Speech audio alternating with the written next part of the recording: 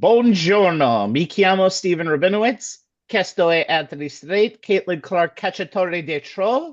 Questo è J. Kaplan, ragazzo del statice e parlatore accessibile. Questo è On the Sports Lines, edizione olimpica. So the Italian did Okay. that first. So the Italian Rabbi's did been that. working on his Duolingo, I I see. see. I did, and a lot of good Google Translate too. So the Italian in that first segment might have been a C minus, but today you'll get an A plus experience as we talk about the 25th Winter Olympiad happening in Milan and Cortina, then Presso in Italy, starting this Friday, more commonly referred to as Milano-Cortina for the purposes of time, and my bad Italian. For more bad Italian lessons, head over to YouTube and Facebook for our On the Sports Lines page. Like and subscribe. The first Italian lesson is free on me. Have fun. But before we head overseas, let's stay stateside and stay in our comfort zone a little bit and talk about the NFL and six-time world champion head coach Bill Belichick, non membro de la Hall of Famer. Yeah, Coach Bill learned, according to sources, because this isn't actually supposed to come out until next Thursday, and I'm annoyed about that too. We'll talk about that in a second. Bill was not a first ballot Hall of Famer, missing out on 40 of the 50 ballots it takes to go into Canton. So, Jay, as the man who currently trolls the sidelines of Chapel Hill, has been trolled by Hall of Fame voters, seemingly. What's your 2 cents on Bill not being a first ballot Hall of Famer? I'm going to say this up front. I wouldn't have voted for Belichick in his first year on the ballot either. And yes, Spygate would have factored into my decision, but it wouldn't have been the only reason. I firmly believe Belichick will get his gold jacket next time around. His resume is as deserving as any coach already in Canton who prowled an NFL sideline. But I don't have a problem with any voter who felt the hoodie deserved a slap on the wrist for Spygate or felt that the three former players on the seniors committee finalist list deserved to go in ahead of him. I would have leaned towards the three players on the seniors committee's finalist list. L.C. Greenwood, key member of the Steel Curtain defense that won 4 Super Bowls in 6 years for the Steelers in the 1970s. Roger Craig, the do-everything running back for the San Francisco 49ers. First player in NFL history to top 1,000 yards rushing and 1,000 yards receiving in the same season. Was a Pro Bowler on 3 49ers Super Bowl winning teams in the 80s. And even Kenny Anderson, the Bengals quarterback who was the 1981 MVP and Offensive Player of the Year, was a 4-time Pro Bowler, led the NFL in passer rating 4 times, set the record for a completion percentage in a single season, 70.6, and he held that record from 1982 for the next 27 years until Drew Brees broke it. Then again, I'll probably always lean towards players, so I personally don't have a problem with the 9 members of the senior committee who vote on players who've been retired at least 25 years when it comes to candidates that didn't get in during their 20 years max on the modern era pool ballot. What I do have a problem with is that the 3 finalists from the seniors committee, the 1 finalist from the 9-member coaches committee, and the 1 finalist from the 9-member contributors committee who vote on owners, front office executives, and others who've made, quote, outstanding contributions to professional football in capacities other than playing or coaching, have their finalists all grouped together for a single final voting, despite each having very different criteria for enshrinement due to a change in the Hall of Fame's overall voting process that was enacted a few years ago to make Canton a more exclusive address reserved solely for the all-time greats of the game. In theory, I don't have a problem with the Pro Football Hall of Fame being selective with whom they grant entry to, but in practice, I do have a problem when the effort to be selective with enshrinement forces 3 entirely different sets of finalists to be voted on together in an either-or situation. Grouping former players together with coaches and contributors and asking the voters to decide who among them gets a bust and a gold jacket at the expense of the others is unfair, not only to the entire combined group of finalists, but the voters as well. The Pro Football Hall of Fame needs to borrow from the Baseball Hall of Fame's playbook and keep these 3 groups separate in terms of both voting and or enshrinement. Personally, I think someone, or more than someone, from each group should go into the hall in every year's class.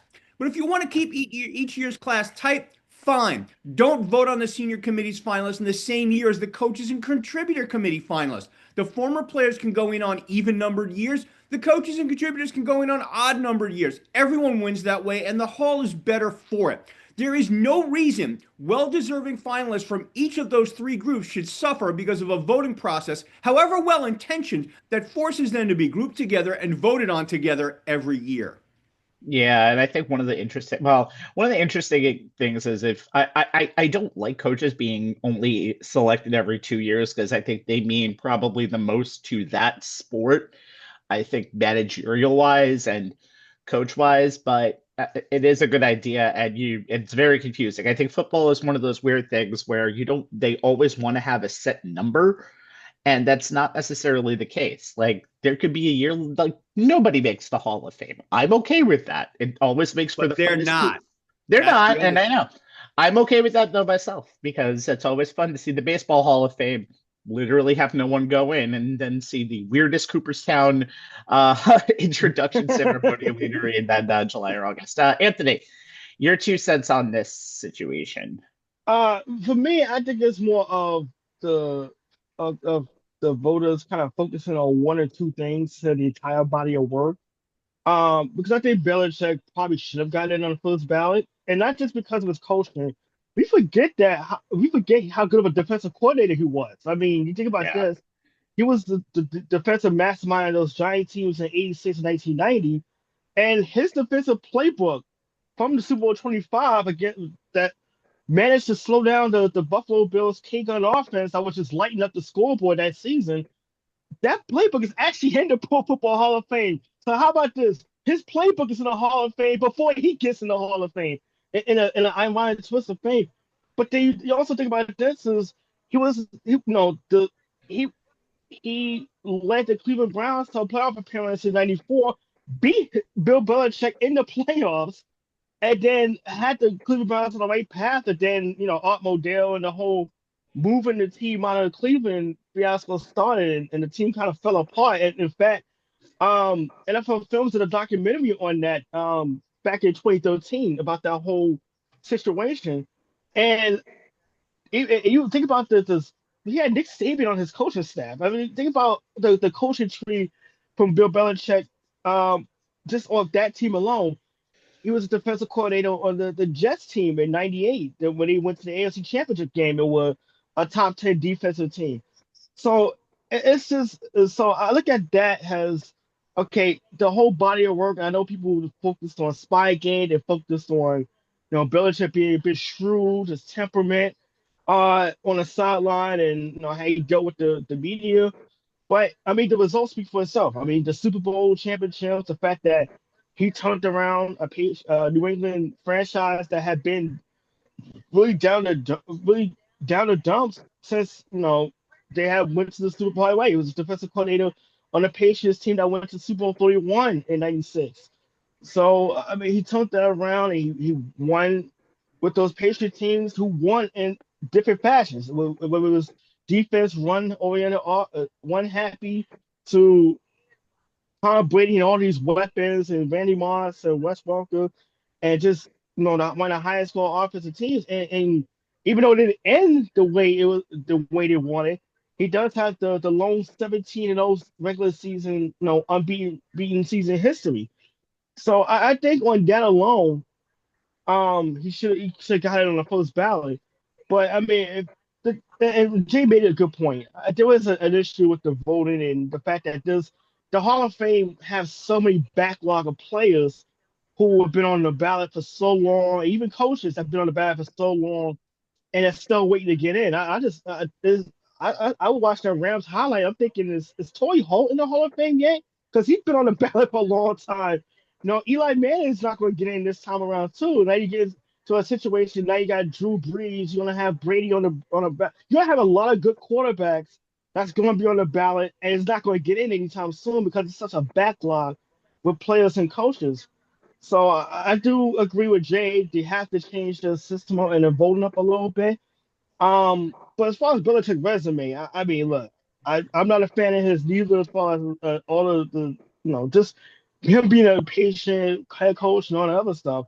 But even I can't deny, his resume, and that his resume alone speaks for Ballot Hall of Fame. Before we continue, Jay, I don't remember.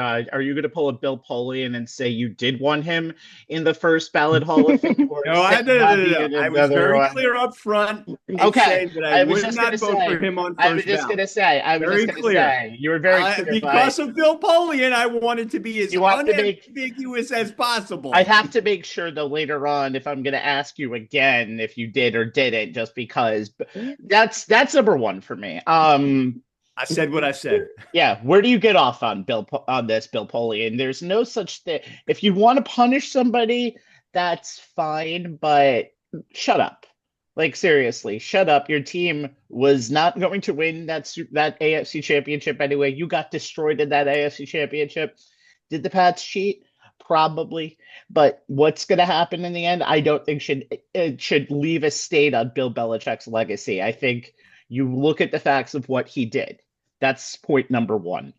Point number two, what are we doing here, media? Why are we reporting on stuff that needs to wait until the day of the Hall of Fame class? Because Eli Manning has already been reported as not being a Hall of Famer this year. We kind of figured that out. It was a pretty loaded class.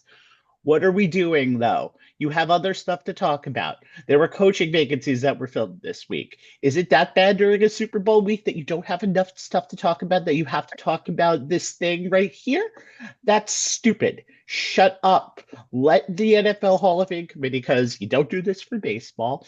You don't do this for basketball. Let them make their own official announcement themselves, because that stuff shouldn't be public until day of, in my book. And it was for Eli's case, and everything needs to be made public when it needs to be made public. We don't need to scoop on that. No. I agree with Jay, actually, also. This is point number three. We have a fourth point coming on this, but I agree Mark with the Jay. date and time. It's the first one of the new year. It's a first, yeah. Chuck Noll, Tom Landry, Don Shula. Only three coaches of the modern era that got voted onto the Hall of Fame in their first ballot, in their first try. All of them, you can make a case that they're just as good as Belichick or better than Belichick. But guess what? Those three names, there are other names in the conversation with Bill. Because there's no doubt in our mind that Tom Brady is the GOAT all time at the quarterback position. He's broken all the records. He has 7 Super Bowls. But there's still going to be a discussion. Spygate or no Spygate on if Bill Belichick is a first ballot Hall of Famer. Here are the first ballot. Here are the players that are coaches that never did not make it on the first ballot. Curtis Martin, 6th all time in rushing, still to this day. Jimmy Johnson, who led the Dallas Cowboys to probably one of the best turnarounds in NFL history. Alan Page, 8th in sacks all time. Antonio Gates, top 5 among tight ends and catches and receiving yards. The greatest regular season winning percentage among coaches in the last 100 years is John Madden. He didn't make it on his first ballot. Marvin Harrison didn't make it on his first ballot. Kevin Green, Dick Night Train Lane, who was a member of the 50th, 75th, and 100th anniversary teams. Chris Carter, not a first ballot. Joe Gibbs, who went 124 and 60. Not a first ballot. Michael Strahan, not a first ballot. Fred Tarkington, not a first ballot. The creator of the damn West Coast offense, Bill Walsh, not a first ballot Hall of Famer. Terrell Owens, not a first ballot Hall of Famer. Well, that's no surprise. I mean, it's no surprise because of him being a jerk, but his numbers speak for himself. That goes back to the point. But if all of those people are first ballot Hall of Famers, not necessarily a reason to be upset that Bill Belichick's not a first ballot Hall of Famer and we could possibly have a boycott in the future. And number 4, and this is very important here. This is the best thing to ever happen to Bill Belichick, because the public opinion of Bill Belichick in the last few years has just basically been his bad start in North Carolina, his relationship with a 24, 25-year-old. I don't know how old it is, how old Jordan Hudson is now. But now you see everybody going to bat for Bill Belichick being in the Hall of Fame. Patrick Mahomes, who was probably one of Belichick's greatest adversaries in his later years. Everybody went to bat for him. And so guess what? For once, Bill Belichick is actually winning the court of public opinion. And it doesn't really happen a lot. So you know what? It does not. Bill Belichick is going to make the Hall of Fame. I'm pretty certain of that. Yep. And guess what? Life goes on. And by the way, according to rumors, he's single again. Him and the very young girlfriend of his apparently broke up. Oh, wow. Yeah. That could be a whole nother story for a whole nother time. But let's move on. And we're going to Milan-Cortina. Winter Olympics and the Super Bowl have a beginning start weekend of next weekend. Thank you, NBC, for your legendary note for your legendary Februaries. We appreciate it. So we're going to talk about a few disciplines tonight and talk about some of the favorites. Our first discipline is skiing. This has 10 medal events that will go on from the 7th to 18th of February. And new team combined event will be coming this season too for anybody who needs a team sport after next Sunday's Super Bowl. Just a heads up. But the individuals here are the reason that we go first in our order because these guys know the most about the two big stars. And by most, I mean they truly studied that Lindsey Vonn, Scarlett Johansson commercial real well. And since then, by the way, a lot of stuff has happened with Lindsey Vonn we'll talk about. So those two will talk about the big stars of Milan on the slopes, and I'll talk about someone on the men's side. Before we get to Anthony talking about the growing legacy of Michaela Schifrin, Jay, you get another chance to talk about the comeback queen Lindsey Vonn, and there's still going to be a little bit of interesting stuff happening considering the fact that her crash just this past weekend. Yeah. On our year-end show at the end of December, and if you didn't watch it, go back and watch it. I said that Lindsey Vonn's comeback after almost 6 years in retirement at age 41 after a partial knee replacement surgery was the thing from 2025 that reminded me why I love sports. I mean, who doesn't love a comeback by an Olympic legend we all thought was done, right? What she had accomplished to that point at the end of December 2025 had us all stoked in anticipation of what she could do this month on the slopes of Cortina. She had 4 top 10 finishes in 13 World Cup races in 2024. She won this season's first World Cup downhill in St. Moritz at the beginning of December, becoming the oldest woman to win a World Cup race, beating the field by nearly a second. She followed that with a second place finish the next day in another downhill race and a 4th place finish in the Super G the day after that, missing the podium by just 0.08 seconds. She was the overall World Cup leader in the season's downhill standings at that point and secured a spot on the U.S. Olympic ski team in downhill because she was so far ahead of the other U.S. skiers. A gold medal in the downhill was not out of question. She was also expected to be a medal contender in both Super G and the team combined event, which pairs a downhill leg with a slalom run, after reestablishing herself as the best speed skier in the world. In 8 World Cup events this season in downhill and Super G, Vonn finished no worse than 4th. And now that comeback is in jeopardy after injuring her left knee, not the one with the partial replacement, in a crash during what was to be the first of her final 2 World Cup races in preparation for her Olympic return. A prediction market account on Twitter posted about how Vonn's crash upended the betting odds for the Olympic speed races, saying, quote, "The public bet on the narrative, but physics had the final say." Vonn's reply pretty much tells you everything you need to know about the 3-time Olympic and 8-time World Championship medalist, who is 3rd on the all-time World Cup list with 84, behind only Swedish legend Ingemar Stenmark with 86, and her Olympic teammate Michaela Schifrin, who has 108. Here's the quote in response. "Physics had the final say? No, I have the final say." Training for the women's alpine events is set to start next Saturday, and the women's downhill in Cortina is scheduled for the day after, a week from today, February 8th. The team combined is set for February 10th, followed by the Super G event starting on February 12th. Vonn's status is still uncertain as we come to you today on February 1st, but she indicated she is still hopeful about competing in the 2026 Winter Games. Hours after the injury, which forced her to be airlifted off the slopes, she put up an Instagram post that had a very determined tone, saying, quote, "If there's one thing I know how to do, it's a comeback. My Olympic dream is not over. Bet against Lindsey Vonn at your own peril. I, for one, will not." It's going to be very interesting to see what happens because Vaughn is the GOAT on the Yeah. American side of these events. So, and if she can't make it for this one, and again, mind, body over prediction markets, gotta hate prediction markets now. This is her last chance Yeah. because age is kind of a number when it comes to stuff like this, especially with a full on field. That might include some Americans too. And one of those Americans, Anthony, is Michaela Schifrin. Yeah, Schiffman is going into her fourth Winter Olympic Games and arguably one of the most decorated alpine skiers of all time. And she's coming off a record-breaking ninth slalom title.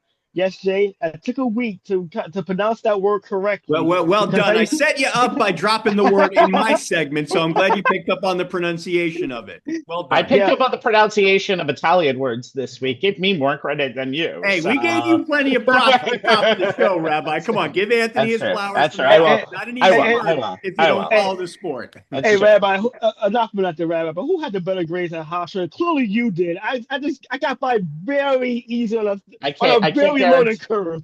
I can't guarantee that either. So we can just move on and just talk and just agree to disagree on that as well.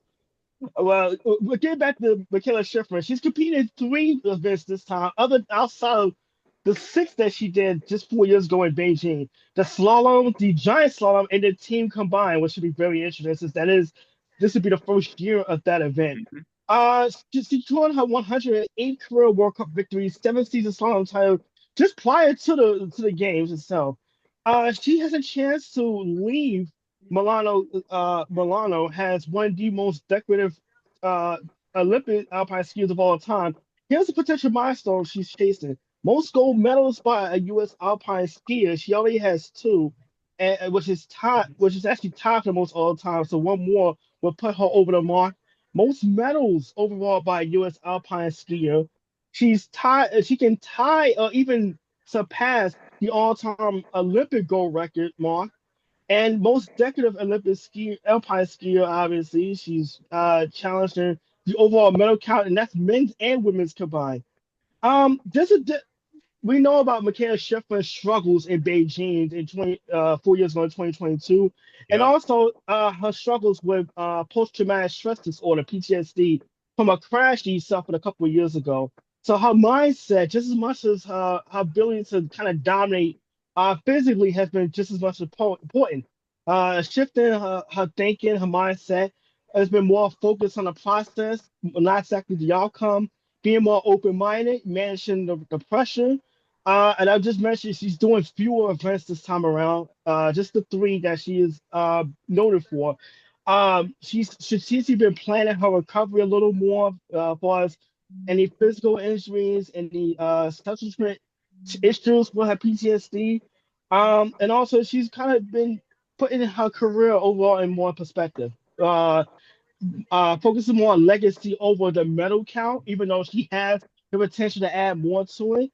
Highlighting more her body of work, not just the Olympics, but world championships combined, and learning from what happened 4 years ago in Beijing, where she failed to medal and really struggled overall. So, Michaela Schifrin is going into this Winter Games. The boy has a redemption story, as opposed to Lindsey Vonn being the comeback and the underdog story that people have just been writing off.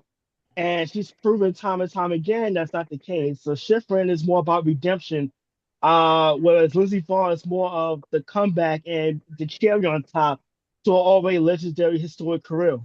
And redemption for the entire women's team, as mentioned. I don't know if it was mentioned. Nobody on the women's side for the U.S. won a medal in 2022 on the women's side. On the men's side, someone did, and that would be Ryan Cochran-Siegel.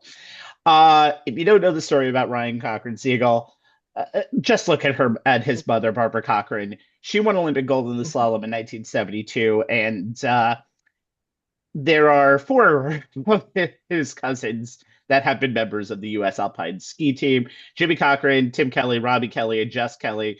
Jimmy represented the U.S. in the Winter Olympic Games twice, once in Torino, once in Vancouver. And they always had this like little ski area, and it was basically called the Ski Tots at Cochran's program. So you have him learning at one of the biggest world-class professionals of all time in the U.S.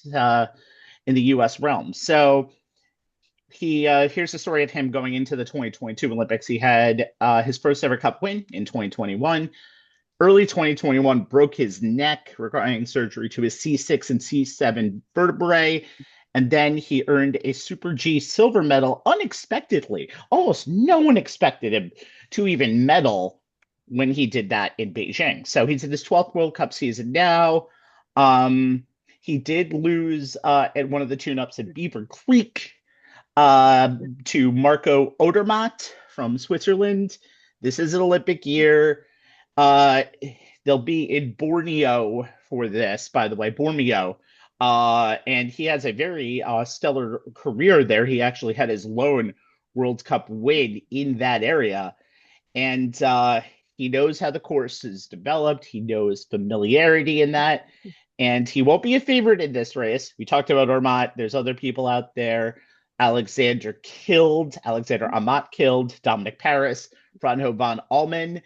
But he wasn't a favorite in Beijing either. Look how that turned out for him. So Ryan Cochran-Siegel, the women are going to get the media attention when we get down there, especially the will she, won't she with Lindsey Vonn and her events. But the men have some players too in the game. May not be as strong as other contingent that are going down to the Olympics in Milano, but you never can keep your eyes off some of these races, and that's the fun about the Olympics. It's always the stories of the skiers and racers that end up medaling that you don't expect. And now it's the second time, and you kind of expect it. So we'll see what happens with Ryan coming up in these 2 weeks in Milano. All right, we move on. We move on to axling over to figure skating, where events will happen from February 6th, night before the actual opening ceremonies, to the 19th.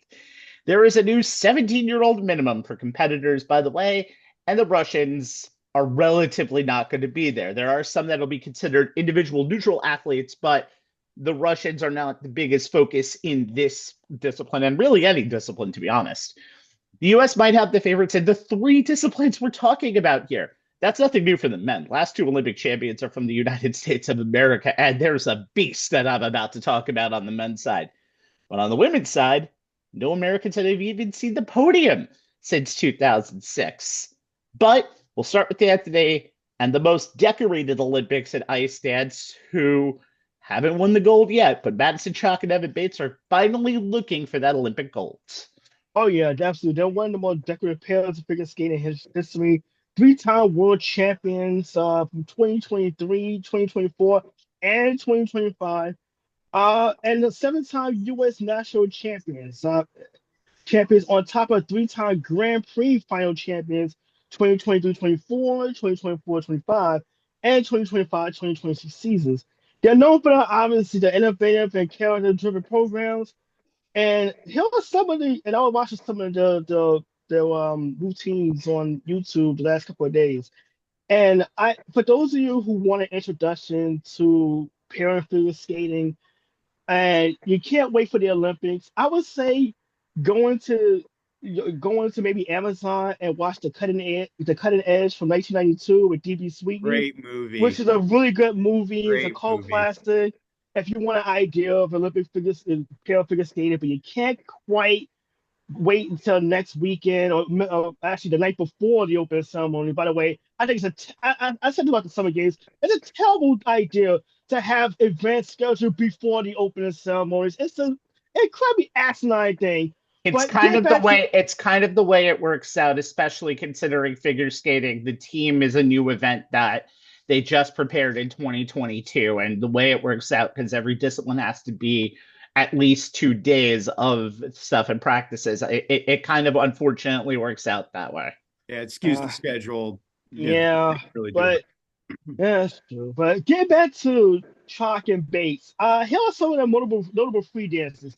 The Paint in Black, which they actually debuted this season, flamingo-style free dance to a version of the Rolling Stones song from the TV show Westworld. Beth scores 137.17 at the 2026 U.S. Championships. No praise for his tensely precision and blend of flamingo style. The Exotica Egyptian snake dance. This is actually my favorite of the routines I've watched over the last few days.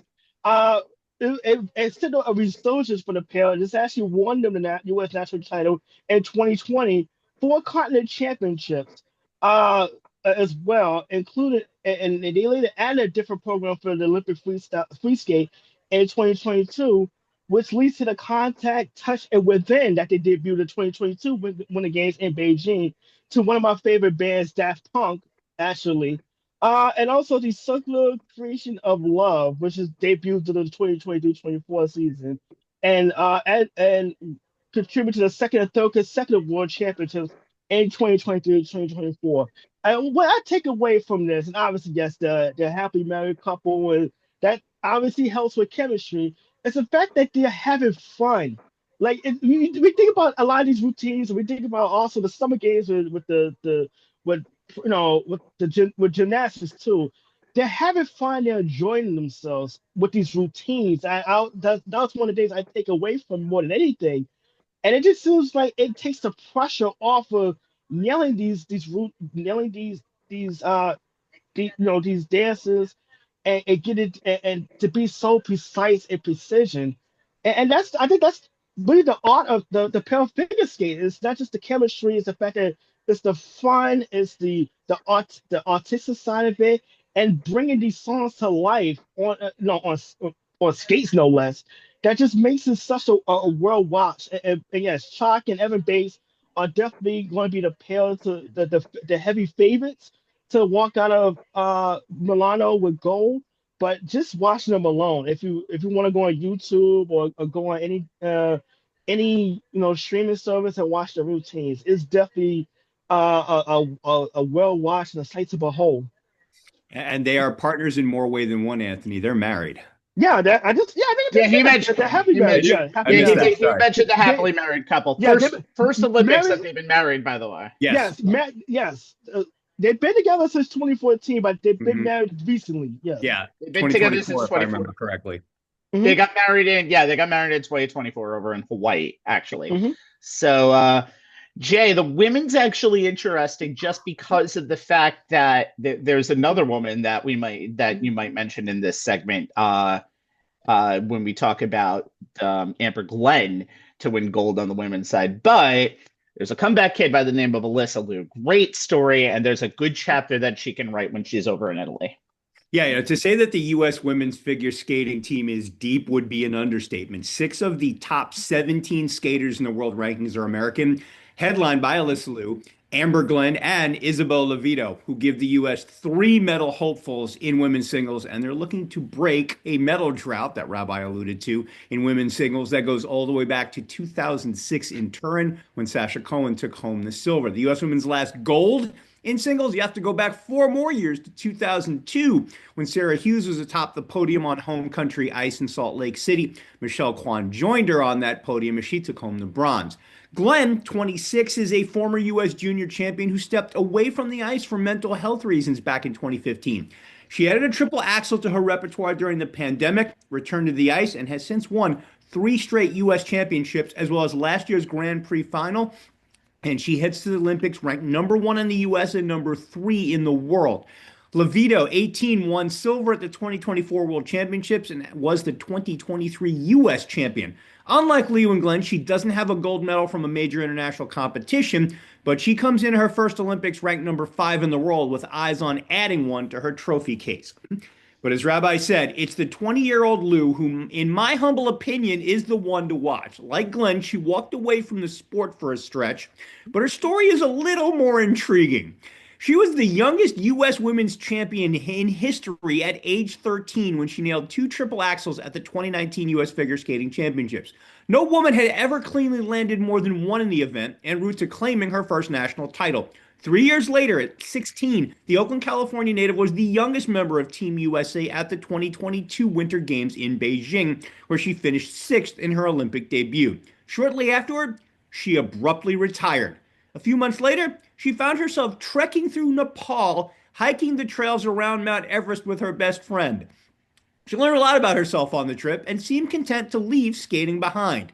A ski trip to Lake Tahoe in January of 2024 was what brought her back. Gliding down the slopes, feeling the speed and the power, getting that rush of adrenaline, it all reminded her what she loved about skating, and she realized she missed it and wanted back in. She returned to major competition in 2025 after a 4-year hiatus. She finished second to Glenn at the U.S. Championships and heads to Milan-Cortina as the reigning world champion after beating three-time defending champ Kaori Sakamoto of Japan, becoming the first American woman to win at Worlds since Kimi Meisner in 2006, making her a legitimate gold medal contender. Simply making the podium after so much time away would cap a great comeback for Alyssa Liu. But if she was to take home the U.S. women's first gold in 24 years, well, I'm not sure even Hollywood could write such a perfect ending. Yeah, I think. And one thing that's interesting, I don't know if you mentioned it, she didn't want anything to do No. with figure skating at that time. I mean, when she walked away, she literally slammed the door behind her. The leading social media to mention, like, don't even mention figure skating on my feed. Yep. Get it out of my sight. Yep. And considering where she is now, and considering where she is now, it's amazing. Yeah, absolutely. Now for the main event.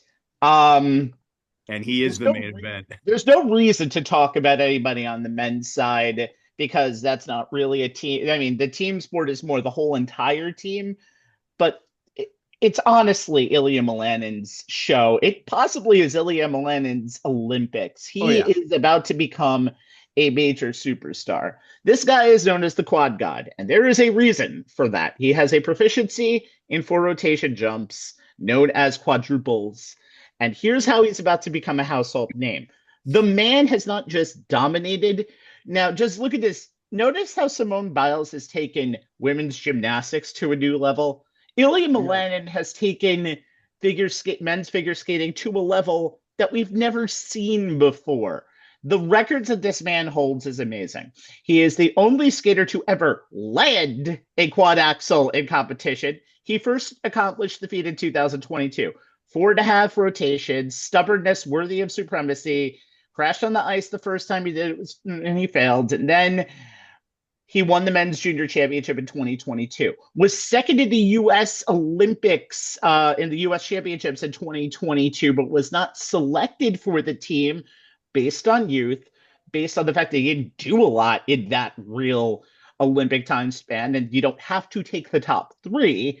So he missed it. And then so he wins the men's World Junior Championship in 2022, follows it with every U.S. championship and Grand Prix final since. He dominated the 2024 and 2025 World Championships because of the quad jumps that is in his resume. The top 3 free skating scores, highest free skating scores of all time, are all Ilya's. He is the only one because of his program, and he once had 7 quads in a program. Because of that program, he is on such a high level that the only way for him to miss the podium is not just crashing out once, but crashing out like 2 or 3 times because of the difficulty of this.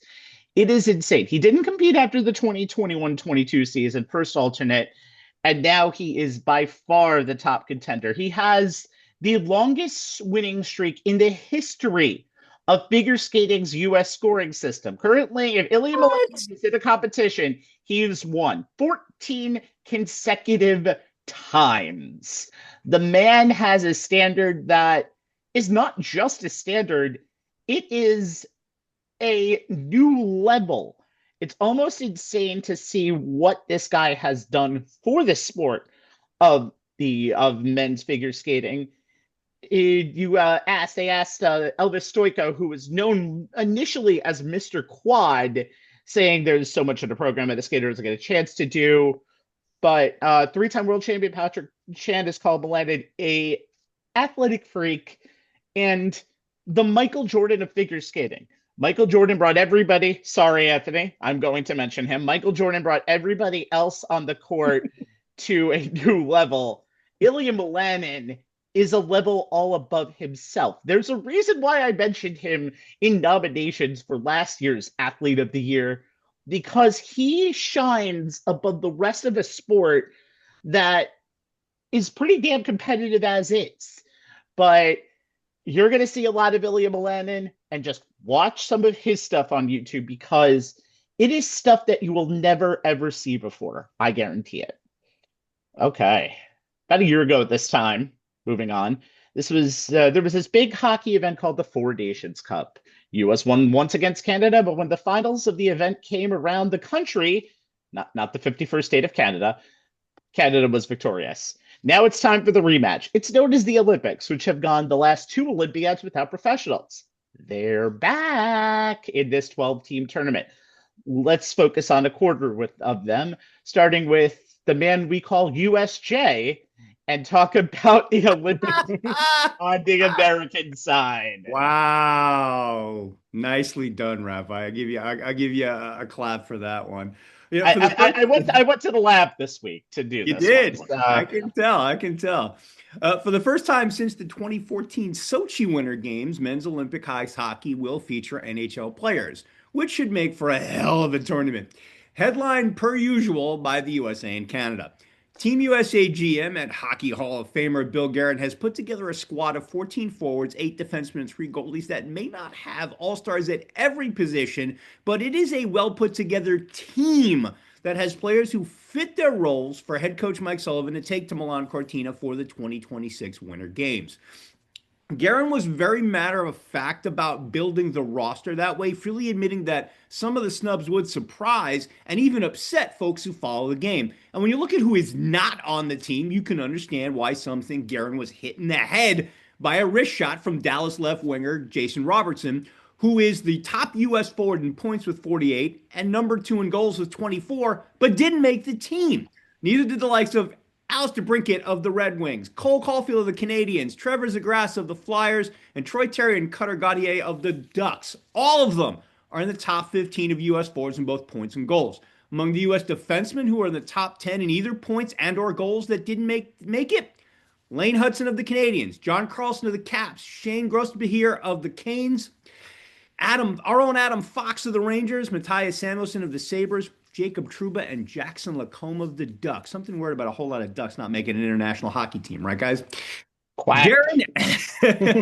Guerin has this luxury because the USA's NHL talent pool is deeper than ever before. It allows him and Team USA's leadership group to consider how forward lines, defense pairings, and special team units will not only fit together, but how they'll do it under the bright lights of a best-on-best tournament.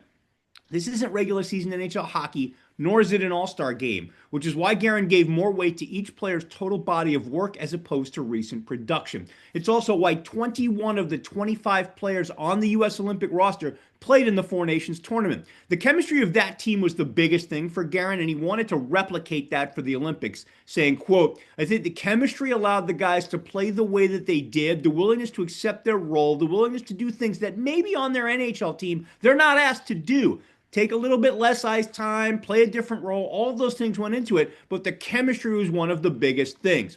Now, center Austin Matthews, who is one of the 21 that's back from the Four Nations team, echoed that sentiment. The Toronto Maple Leafs captain, who was the Team USA captain for Four Nations and will captain the Olympic team, said the Four Nations experience, including the fact that the team was 1 goal away from winning, got everyone fired up for the Winter Games, especially with so many members of the Four Nations team making the trip to Milan-Cortina. The roster has a number of versatile forwards who can play both center and on the wing, led by 2 of the best centermen in the NHL in Matthews and Jack Eichel. Despite the snubs, this still may be one of the best group of forwards ever on an Olympic roster. The blue line has 3 defense pairs that are all lefty-righty combinations and has players who can move the puck, quarterback the power play, kill penalties, and have a willingness to defend. The goalies, well, they're 3 of the best in the NHL, and all 3 were on the Four Nations team. Here are the projected forward lines.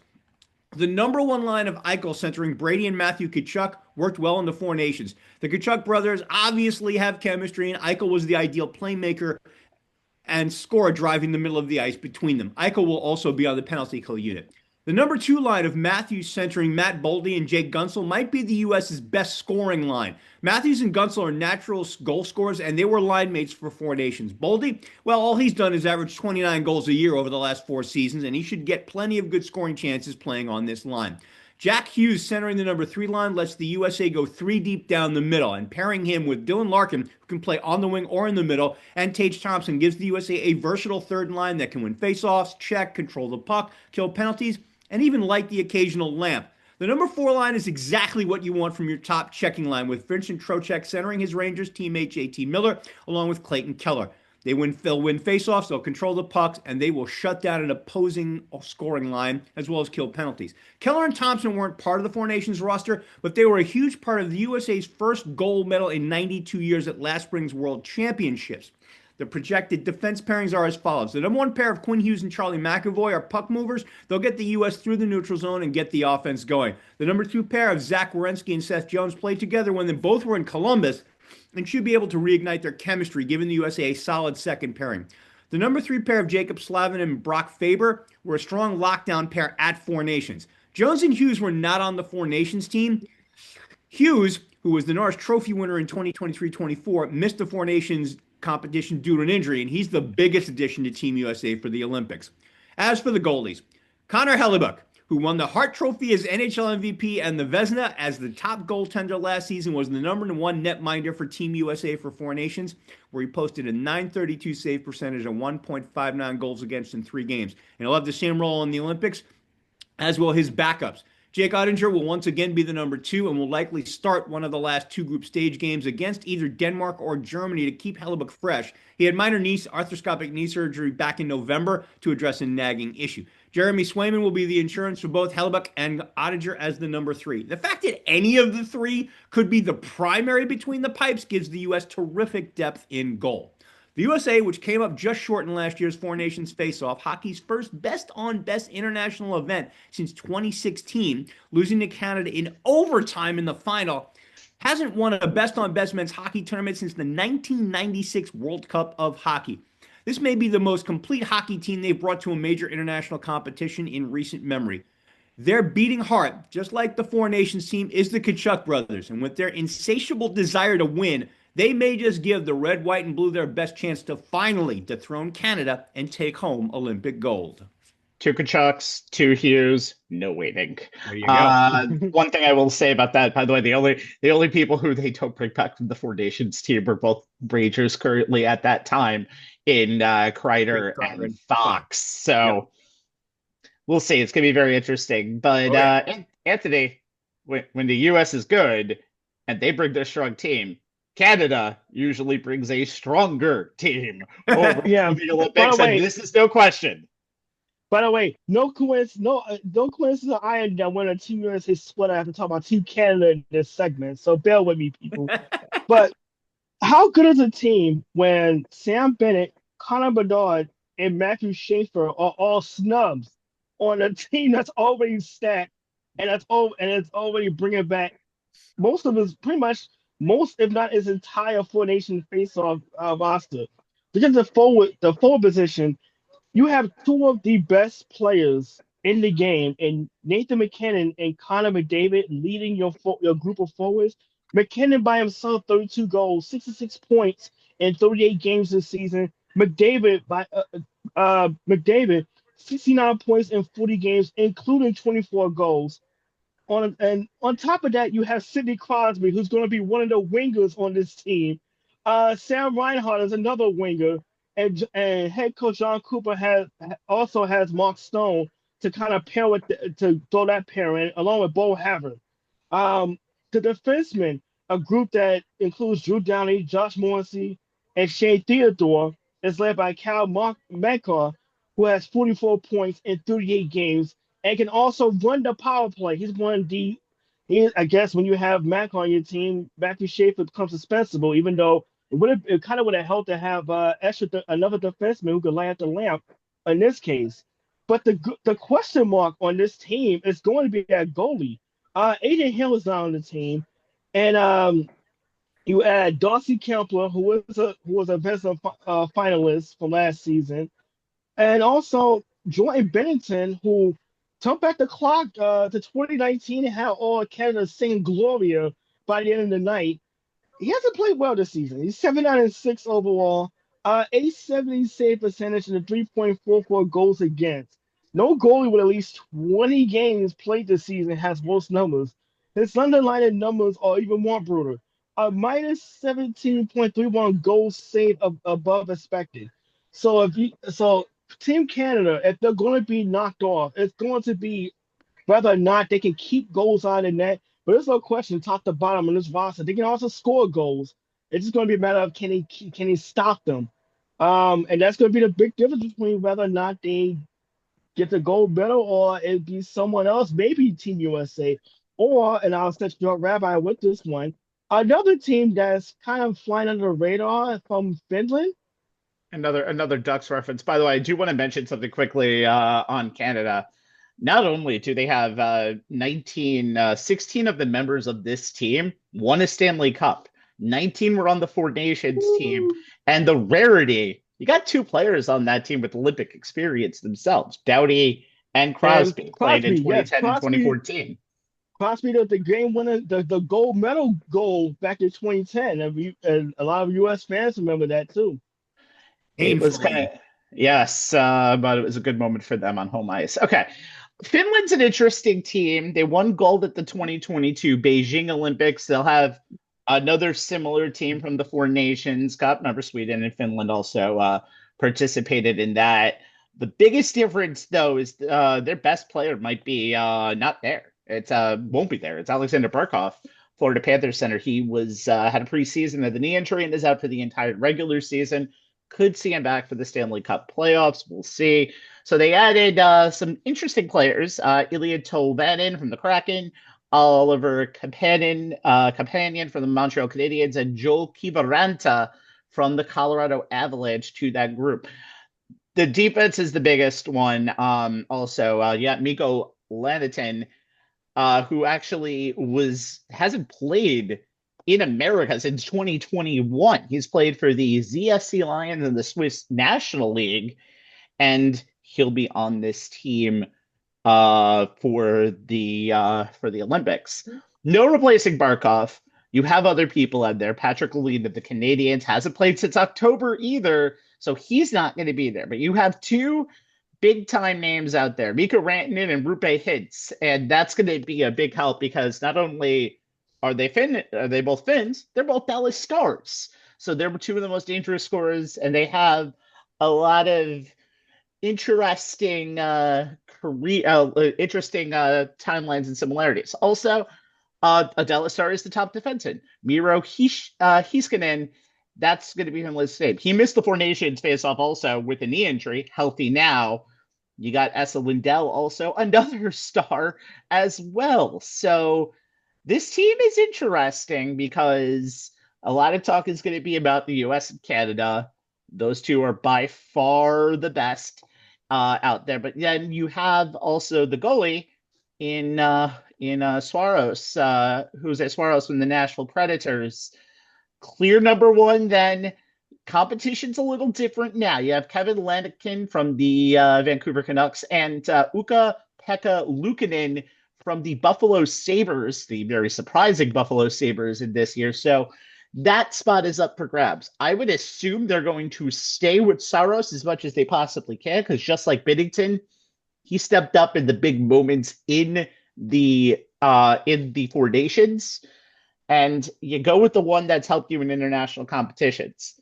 A lot of dangerous teams out there. I also obviously failed to mention Sweden also in this segment, but one of these teams is going to be, I think, the Olympic champion. And Olympic hockey really made the game of the NHL better because they took some of their more pacing ideas, and seeing the Olympians come back, the pros come back to the Olympics is going to be very interesting.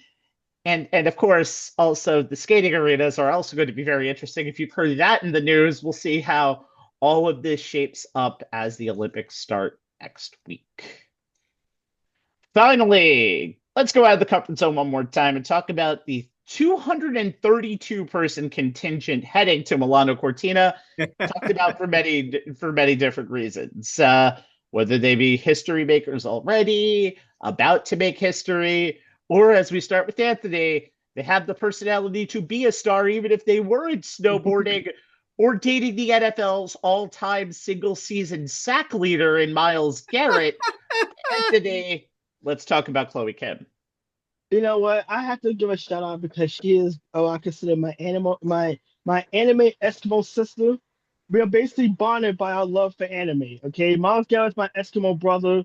I have my several. Okay, I have several across the world. Our love for anime trumps everything. But it's hard to believe that it's been 8 years since we were introduced to the then 17-year-old Chloe Kim, who was live tweeting in the middle of a competition and complaining about not finishing a breakfast sandwich and being hangry in the middle, literally in the middle of a competition, she would win gold medal.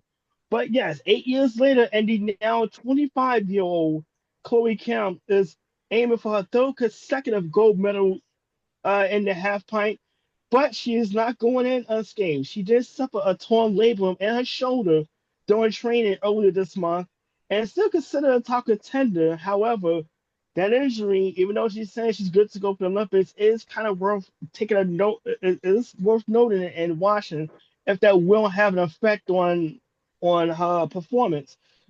She has two main competitors now. I mean, they're coming from Gail Choi of South Korea, Sina Tamita of Japan, who are also noted considerable favors in this event. But if Chloe Kim is healthy, then you gotta consider she's going to be the gold. She's going to win a consecutive third medal, gold medal. She has talked about not being able to have enough rest because of the injury that she would like prior to the Olympics. So it's going to be a matter of whether the injury hampers not just her performance, her ability to prepare for such an event, and whether or not that has a trickle down effect has to the games obviously the Olympic Games um come is upon us, obviously starting next weekend. Yeah, going to be interesting considering I love watching the extreme sports at these events. I do feel like sometimes it is a good way for the Americans to rack up medals because that's their discipline. They kind of made it famous. But again, Chloe Kim is just a person who people gravitate towards too. And it just her love of anime definitely makes her number one on Anthony's watch list for many, Yeah. many different reasons. Shay, let's go to speed skating for our final two Yeah. players to watch, Olympians to watch, Yeah. starting with on your side. Yeah, the USA has a history of producing podium-worthy speed skaters across all five distances of the Winter Olympic sport. From legendary five-time gold medalist Eric Heiden and Bonnie Blair on down, there always seemed to be a one to watch for Team USA, whether it's in the 500 meters, 1,000 meters, 1,500 meters, 5,000, or even 10,000 meters. This Olympics is no exception, and the team the USA is bringing to the 2026 Winter Games has a chance to give the Stars and Stripes its biggest medal haul in 20 years when Shani Davis, Joey Cheek, and Chad Hedrick combined for 7 medals in '06 in Turin. The one to watch on the men's side is Jordan Stolz, who is scheduled to skate in the 500, 1,000, and 1,500, as well as the mass start event, which is only in its third Winter Games after debuting in 2018 in Pyeongchang, where 16 skaters line up, start together, race 16 laps, and the first three skaters crossing the finish line after lap 16 take gold, silver, and bronze. He's the gold medal favorite in all four of these events. Stolz was in Beijing in 2022 as a relatively unknown 17-year-old, finishing 13th in the 500 and 14th in the 1,000. 9 months after the 2022 Olympics, Stolz became the youngest man to win an individual World Cup race, winning both the 1,000 meters and 1,500 meter races. A month after that, he medaled in three sprint distances, the 500, 1,000, and 1,500, at the same World Cup for the first time. In 2023, as an 18-year-old, he won gold in the 500, 1,000, and 1,500 at the World Championships in Heerenveen, Netherlands, catapulting him onto the world speed skating stage. He became the youngest world champion and first man to win 3 golds at a single world championship. Stolz repeated that performance at the 2024 World Championships and then won the World All-Around Speed Skating Championships, a prestigious event that tests skaters at the short, middle, and long distances. At 19, he was the youngest skater to win it since Heiden, who was 17 when he won the first of 3 consecutive titles. On the heels of sweeping the sprint distances at the 2023 and 2024 World Championships and winning the season title at all 3 distances last season, he's won every 1,000 meter and 1,500 meter race this World Cup season and 5 of the 9 500 meter races. Oh, and after putting mass start back on his schedule for the first time since the 2023 Junior World Championships, Stolz has finished on the podium in 2 of the first 4 World Cup events in that discipline, including a win in Hamar, Norway in December. With his dominance in World Cup races since 2023, with all his records, winning streaks, and first place finishes, it's no wonder the 21-year-old two-time World Cup champion in the 500, 1,000, 1,500 meters comes to Milan-Cortina as arguably the world's best speed skater. It's also no wonder that he's being compared to Hayden, who won his 5 gold medals on home country ice at the 1980 Winter Olympics at Lake Placid. Each of his events will be must-see TV, and if he goes 4 for 4 in gold medals at the 2026 Winter Olympics, Jordan Stolz will very much be worthy of a place in that most rarefied air of U.S. Olympic speed skating. Yeah, this is the strongest team many people have said the U.S. has ever brought to a Winter Olympics, and that's because in some of the major disciplines, they have some of the major names. Double salute there. Finally tonight, let's talk about Erin Jackson on the speed skating side. Now, she is in her first, but you also have to talk about Brittany Bowe when you talk about Erin Jackson. The two trained together for the U.S., leading really for the 4 years between 2018 and 2022. And Bowe had the same position. She won both of her signature events. That's the 1,000 and the 1,500. Punching her ticket to her third Olympics. Jackson was poised to do the same in the 500 meters in 2022. She slipped. She ended up in third place. That's one spot shy of the Olympic team. Again, first and second usually qualifies. Doesn't have to, but it does. Bowe won that distance and then gave her spot up to Erin Jackson, knowing Jackson had a better shot as a friend and had a better shot to win that title. She did, and she became the first American woman to ever to win that event since Bonnie Blair, the aforementioned that we mentioned, in 1994. So Bowe and Jackson, this will be Bowe's last Olympics, by the way. They'll compete in their final Olympics together. Jackson is going to do the 5 and 1,000. Bowe is going to do the 1,000 and 1,500, and both will do team pursuit. This is a lot of people's, they say, the most prolific American speed skating team since 2006. And the men landed on the podium in every event, by the way, in that Olympics, except for team pursuit. Bowe wants to end her career. Again, this is her last Olympics, bringing home her first ever Olympic silver or gold. Has had significant health issues, but she's earned the last 2 World Cup titles in the signature sprint and remains a serious threat in what is going to be a very deep Dutch field held by world record holder Femke Kok. She finished number 3 in distance. Now, regardless of the results in February, the legacy is there. Jackson won when she won the 500 meters. She was the first ever woman, again, in 28 years to finish first in that event, and the first ever Black woman from any country to claim any individual gold medal in any sport at any Winter Olympics. Jackson was surprised when she heard that news beforehand, and she said many times, I hope I'm not the last one to ever do that. I hope many more do in the times to come. Again, these are names you heard a little bit in the fringe in 2022 as it was going on. You're going to hear a lot more of them as the hype goes into them in 2026. This year, they're front and center on the women's side. They sure are. Everyone's front and center, really, on the women's side. Going to be a very interesting Olympics. Oh, yeah. That does it. For Jay Kaplan and Anthony Strait, I'm Stephen Rabinowitz, and of course, I've never met a pizza or pasta I didn't like. Look at me. Dumb. YouTube.com/On the Sports Lines on demand. Facebook.com/On the Sports Lines live. Like and subscribe to both, please. And do that X thing that Jay is about to tell you to do. Yeah, our Twitter handle is at ONTH Sports Lines, where you'll find a link to each new show, like today's, along with tidbits and nuggets from world of sports that we think are worth your time to check out. This week, I posted a link to a story by Lindsay Schnell of The Athletic about U.S. bobsledders Elena Myers-Taylor and Callie Humphreys. Myers-Taylor, the pilot of the 2-person sled, is a 5-time Olympian with 5 medals, and Humphreys, arguably the best female pilot in bobsled history, is the defending gold medalist in the solo sled. Both are working moms. Myers-Taylor has a 3-year-old and a 5-year-old, while Humphreys gave birth to her first child in 2024.